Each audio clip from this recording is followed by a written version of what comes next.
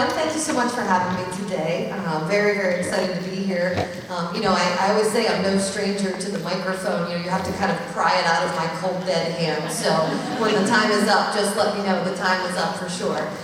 Really excited to be here. This is my first time at this particular venue, and it's absolutely beautiful. You should be really proud for those of you who belong here. What a fantastic venue this is. It's really stunning whenever you walk up here. So my job today is really to talk to you a little bit about how God speaks to all generations. But to do that, I'm going to show you a little bit of the strategy that we've developed from a communications and evangelization perspective in the Diocese of Greensburg. I think we all know the challenges we're facing, so we're going to go through that a little bit. I'm going to use multimedia to maybe entertain and persuade you a little bit for sure. So you can click to the first slide. That would be great. Now, I wasn't sure if I was going to have multimedia, so of course I put a picture of my kids on every table, because that's what you do when you're a proud mom, right? So Vivian and Francesca are in the middle there. That's my husband, Jason. On the right-hand side, you can see him there. We have been married this year almost 16 years, so a long time. And it's hard to believe because I only look like I'm 20, right? So look, I grew up in Penn Trafford. I live in Irwin area. Never really wanted to stray too much from home. But I always wanted to tell stories. I was always a storyteller because I believe that a good narrative can really change someone's perspective on something and really change the conversation. So I spent my entire high school career getting up at 4 o'clock in the morning to do the morning announcements at Penn Trafford, and I'm very impressive, right? Yet simultaneously, I was also a huge fan of Star Trek, so let's face it, I'm lucky that I got a husband that good looking, right? Kind of nerdy, I'm not gonna lie, but really just loved the broadcast component and had a lot of good mentors.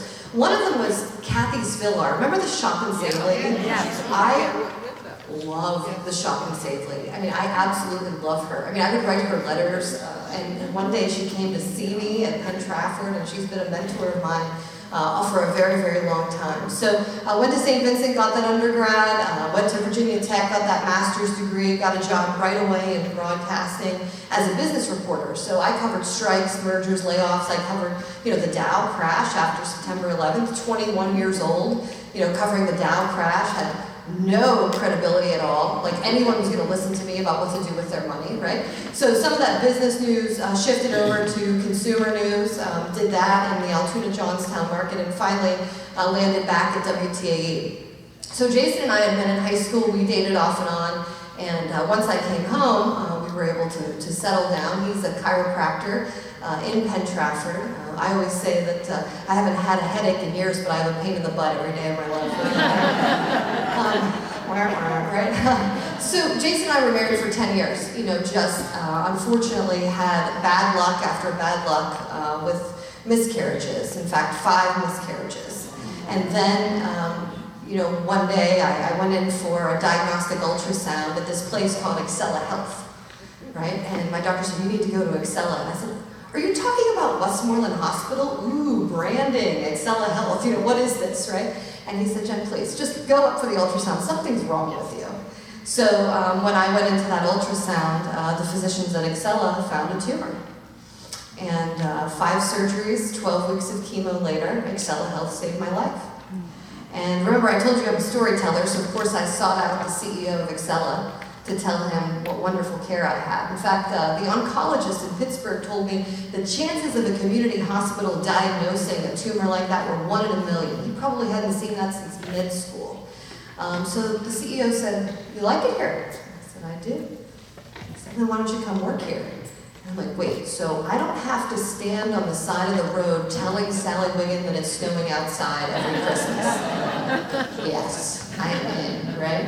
So I got to go over to Excella Health for a long time. Excella was great, but they too were in crisis, and that's where really the crisis communications background came from at the time.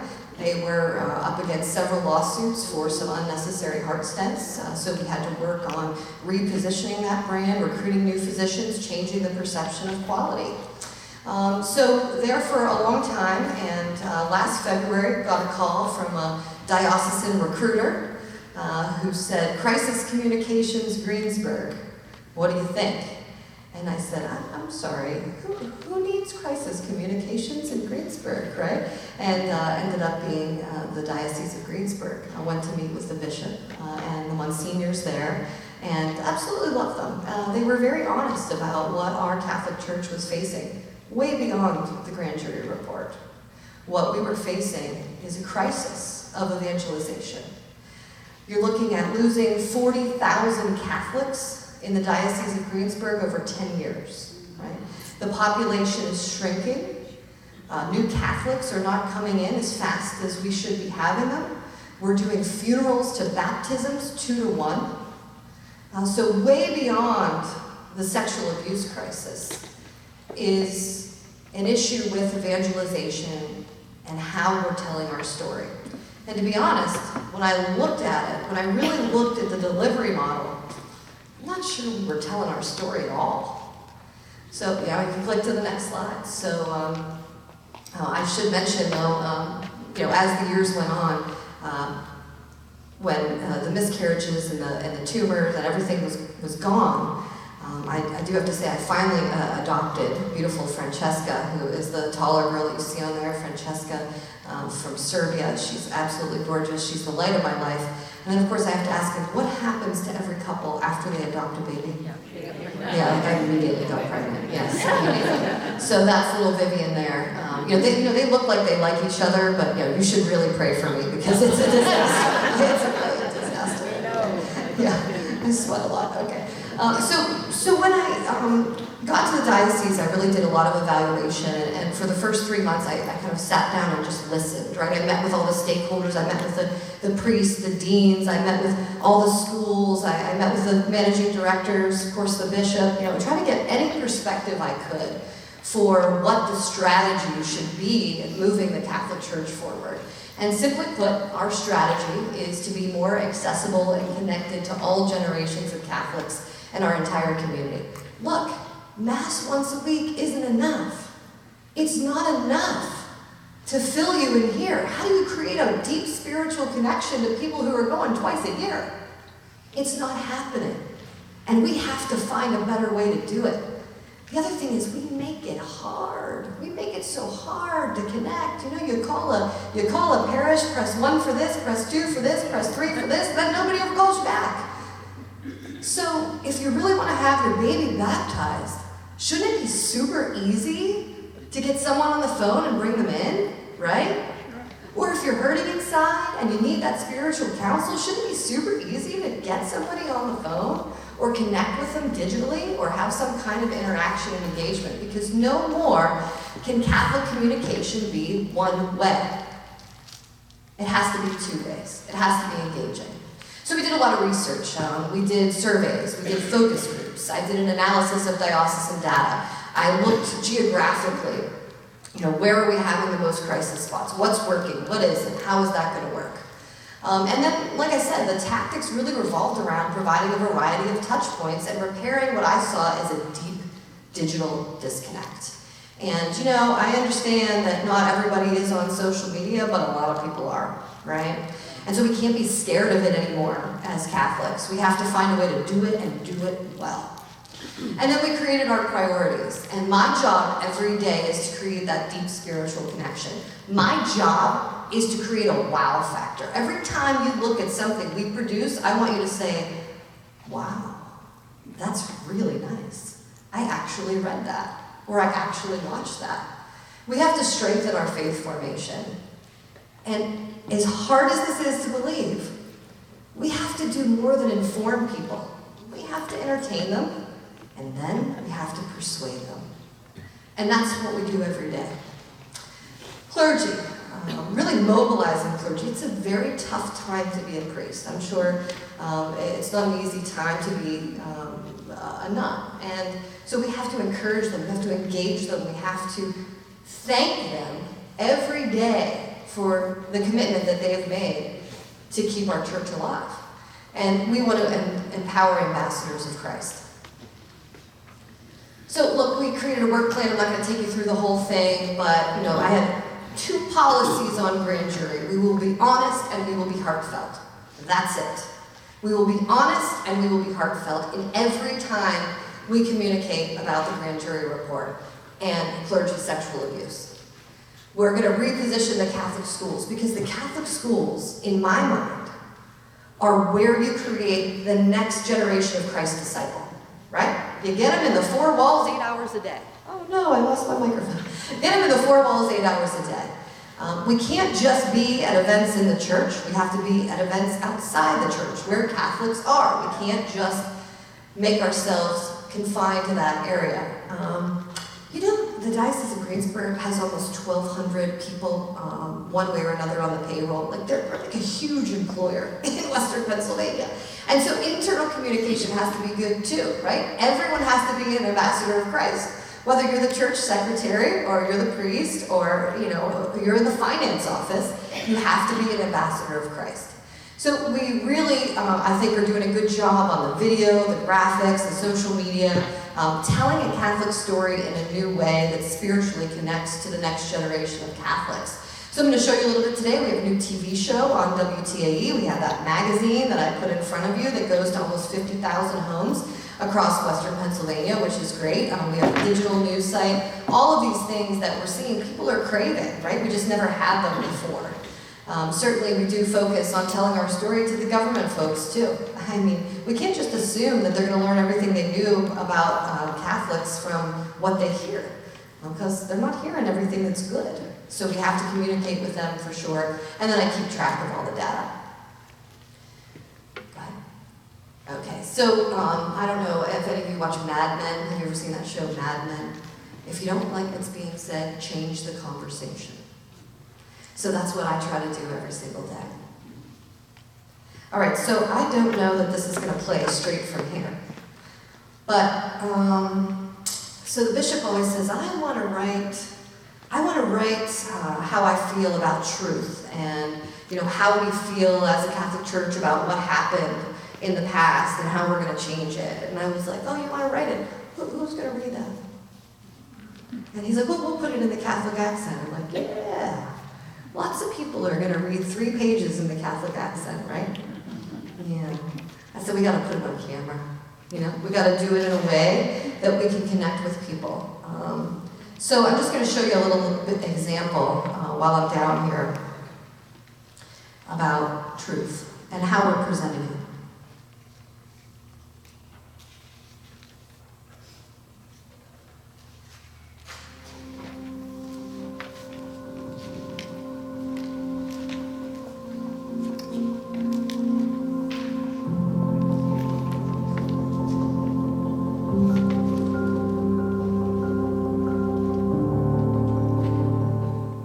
Removed from the ministry because of the claims.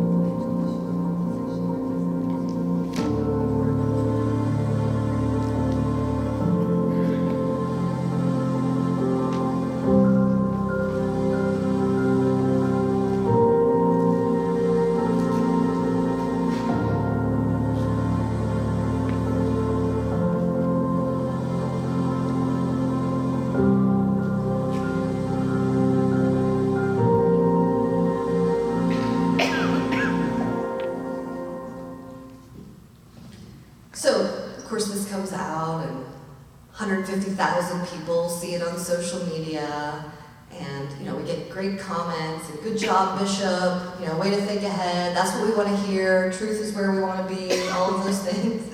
And then of course we get a write-up in the Greensburg Tribune Review that says, that's so markety, that looks like Madison Avenue marketing. And I'm like, yeah, I'm Jen Miele, I'm from Irwin. I'm like, I just do really nice graphics, I'm a really good storyteller, so that's what I do. And so those are the kind of things that we have to continue to do. So the next thing I want to show you really is about the digital strategy here. We focus on it. We focus on the missions office. We focus on Catholic charities, Catholic schools, and we tell our story in a new way, which is this multimedia Catholic accent. So I'm excited to show you that piece right now.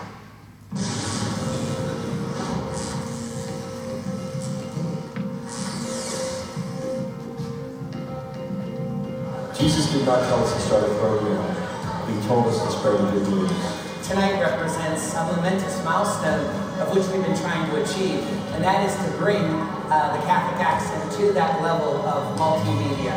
You know, I'm really proud to say that the Diocese of Greensburg has assembled a team of communicators to spread the word about the good works being done every day in our parish communities and through the missions and ministries of the diocese. And what we're trying to do is really repair what we think is a digital disconnect. We're creating a deeper understanding of our faith and the tradition so that next-gen Catholics don't just know how, they know the why behind what we do. In today's world of social media and so many other ways of communication, we have to keep up. The church has to catch up with the rest of the world and be on board and be willing to share the good news more than ever. You know, this is such a tremendous announcement, I think, tonight and beginning tonight that we're going more digital than we have in the past, and we're moving beyond just print media. This is a unique team of writers, photographers, videographers, editors, and producers, and they're using their talents to serve others. I've been with the paper for more than 18 years. I've seen many changes, but the one I'm most excited about is the one you will see tonight. The magazine's accompanying website. You will hear about more. It has clickable content like videos, photo essays, and expanded infographics. You're about to see the quarterly television show, which is also part of this new venture. All these changes will allow us to better connect with you, our readers, formerly our readers, who we hope now will be our viewers. Our folks are excited to see the new formats of the accent, of the new television show, all the digital forms of communication that help evangelize and spread the gospel. I'm just delighted because, you know, one of the things that I think is unique in the Diocese of Greensburg is you hear the word evangelization many times, and many times everyone is looking at programs and ways in which they can evangelize. But I think we're unique in the sense that we've led evangelization and communications. And I think that's not only unique, but I think it's going to serve us well and be a real effective tool in bringing those two disciplines together. The diocesan team is doing a great job in merging communications and evangelization because many dioceses don't do that. I mean, pierogi, right? That's going to sell. My effort is a real insight for Bishop Blessed and the leaders here in the Diocese of Greensburg. The people in the Diocese of Greensburg are tremendous, faithful, loving people. I'm blessed to be here as the Bishop of Greensburg, and you can feel the excitement tonight in the room as we made this announcement that we're going to have a major push to tell the message of Jesus and His church.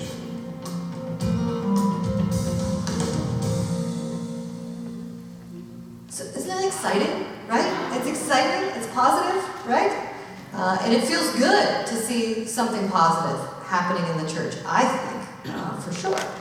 So I showed you a little bit about the accent, for sure. So the other thing, as we were talking about, was this events and outreach. Look, I think the thing is that the sexual abuse crisis cannot define us.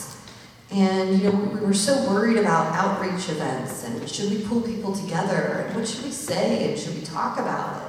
But we decided to move forward with a couple of things. We did a men's conference in Greensburg.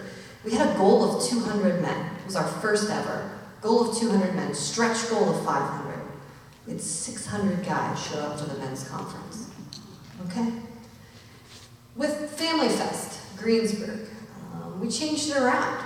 We put the bishop up first, and he's going to do an outdoor mass at 11 o'clock. And then we invited all the parishes to participate and sell those pierogi and haloshki and all of the yummy stuff that are bringing generations of volunteers together to support our churches. And so, you know, once again, we hope to get 1,000. We have a stretch goal of 1,500. We have 2,000 people registered for Family Fest. That's what I told the bishop. I'm like, I have terrible news. Family Fest is a huge success. You know, like you didn't expect it, right? And so then for Sequani, Peru is our sister diocese. And, you know, we just hoped that maybe we could give them $5,000 this year. We just didn't know if people would be generous. You know, we made $10,000 on the fundraiser, and we're able to give that to Sequani, Peru, and we're sending a whole delegation down there to give that $10,000 to Sequani, Peru. So, you know, I'm here to tell you, it is word on fire. I mean, it is there, and it is exciting. And the faith is alive and well, but we just don't talk about it. We don't tell anybody about it. And I think that's what I'm here to change the most. I wanted to just show you quickly, not going to spend a lot of time on this, but we do have 12 schools in the Diocese of Greensburg. We rebranded every school. We make sure that the look and the feel is presentable. I mean, people are paying customers, right? They're paying for Catholic education, and it's not cheap. And so, we want them to know about the good things that are happening in the Catholic schools. So we did all that, digital, social, all of that.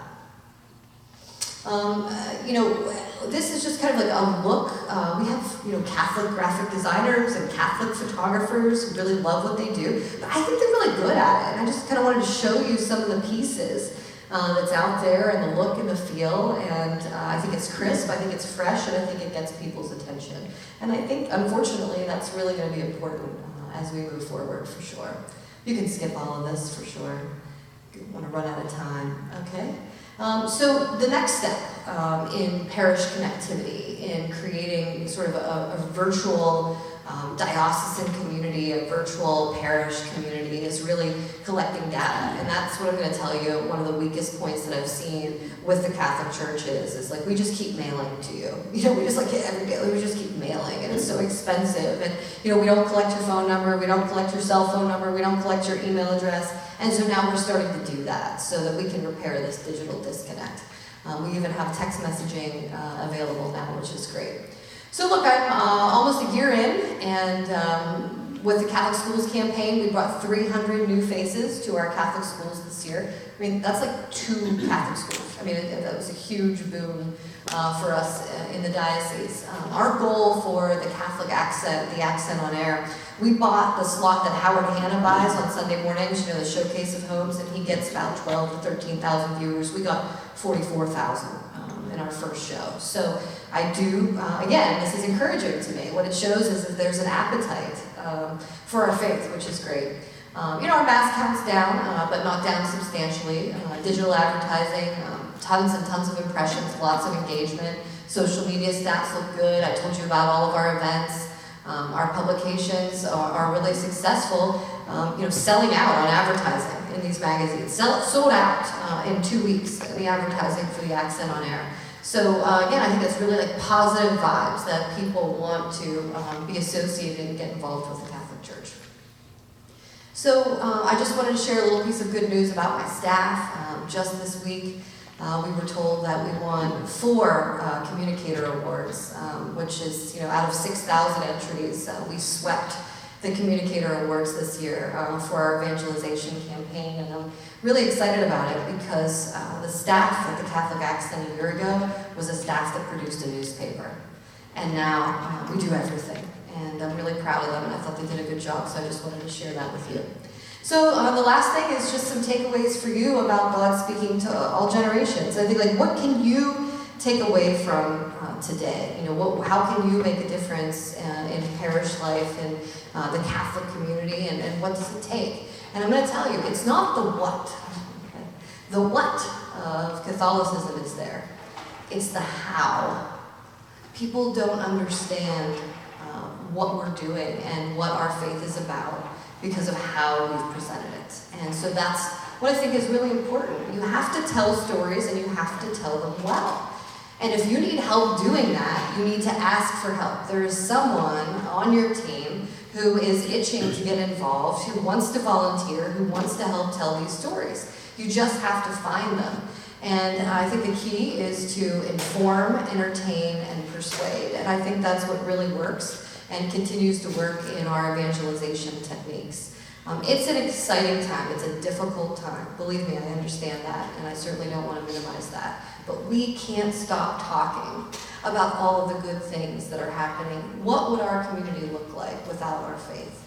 So it's an exciting time. I'm happy to be here today. One of the things that we do at the Catholic Accent is we host a cooking show, and we have these great Catholic Accent aprons, so I'm sure you're really excited about that, right? I know, you just can't wait. So I'm going to ask a couple of questions and see who gets these today. So how many of you have a Facebook page?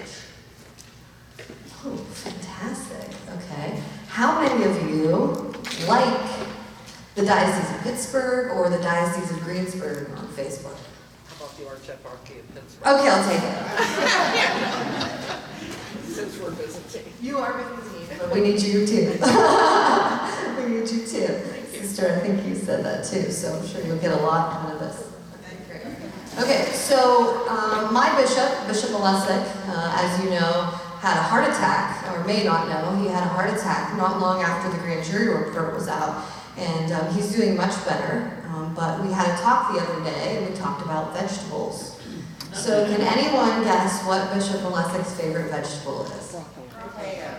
See, broccoli, see, potatoes, Brussels sprouts. Okay.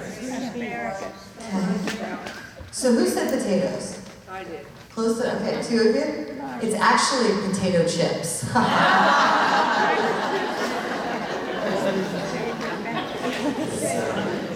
Fun. Potato chips. It's a healthy meeting, that's okay. Well, I was just telling you, you can tell Bishop Miele for sure. Okay, so the last question I have is someone willing to stand up and share a piece of good news today? Share a piece of good news about the Catholic faith and how today just inspired you more, what maybe you learned in the first session. Someone willing to stand up? Great. Yeah. I think there's, as Jennifer said, there's so much negative, especially with what's gone on over the last, what's been reported more so over the last year. And here we've had this event for 16 years now, and I'm happy, and this is a positive thing, that we've had quite a few new attendees this year. We see so many people that have come year after year, and we have a lot of new people too. And it's that, like you said, it's not just going to church, more than twice a year. We need to do it weekly to connect with our fellow parishioners and to just hear the good news. Here you go. You wanted that apron now. So, telling stories and telling them well and not being afraid to stand up and say, hey, I've got a great story and I want you to hear it. And maybe you should come with me to church. Maybe you should come with me and you'll really enjoy it. So that's what we do every day. And in my parish, I'm kind of the one who says, you can't sit there because I have new people coming. And I'm like, really? I'm like, I gotta say this for the new people, right? Because I gotta make the new people feel welcome. I gotta make them feel like they're connected. I gotta point out, that's Father O'Neill, and he tells funny jokes. And, if you're not comfortable going to communion, you don't have to, And so I just save it for the new people, and I make sure that I welcome them all the time. And I'm sure people roll their eyes about not getting to sit in the front, but I don't care because I'm welcoming the new people. That's how it is. So, any questions for me? Yes. Have you had success in bringing back, you have a child that always went to church with their parents, grew up as a family, and they're gone. Mm-hmm. How do you draw these people back? Yeah, right. So I give you an example. So my parish What was the question? I couldn't. Okay, she's talking about parents do a good job taking their kids to church while they're growing up, and then they grow up and then they fly away, and we never see them again in the Catholic faith. So I think I have a very engaging parish. It's huge. It's family oriented. It's in Irwin. My pastor's a great evangelizer, at least I think, right? And so we did this event last week where we all went to Mass at 4:30, and then we walked down the street of Irwin to the Lamp Theater and watched the movie Risen, right? And there were all kinds of kids and families there. So I'm interviewing people there, because I'm like multimedia, and I've got my camera, and I'm interviewing kids and want to tell the story. So I interviewed this little boy, and I said, so are you excited to be here? And he's like, not really, my parents dragged me. I was like, oh. I said, well, are you excited at least you get to sit and watch a movie for 2 hours? He's like, I probably won't understand it, like I don't understand church. And I was like, what do you mean you don't understand church? He's like, it's like listening to Chinese. I have no idea what they're talking about. And that's the problem. We don't explain the why.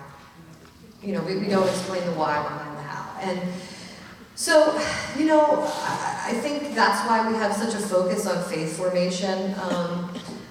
it's little things. I remember when I was growing up, I had a really good faith formation teacher.